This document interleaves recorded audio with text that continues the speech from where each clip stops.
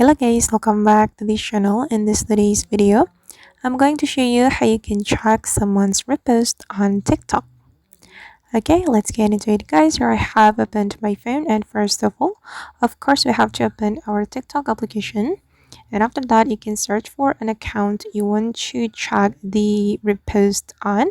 I'm just going to click on the search button and I'm going to search for this account, for example, this one. I'm gonna check the repost of this account. All right, and we can go to the profile by tapping on the account or user like this. And if you want to track the repost of this account or this user, you just need to go to the section. So this is repost video section, reposted video section. Just go to the section and you will be able to see the list of reposted video by this account. Alright guys, then that's so easy, right?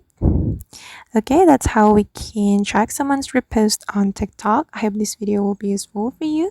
Thank you so much for watching, and if you found this tutorial useful, don't forget to hit the like button, leave your comments, and also subscribe to this channel.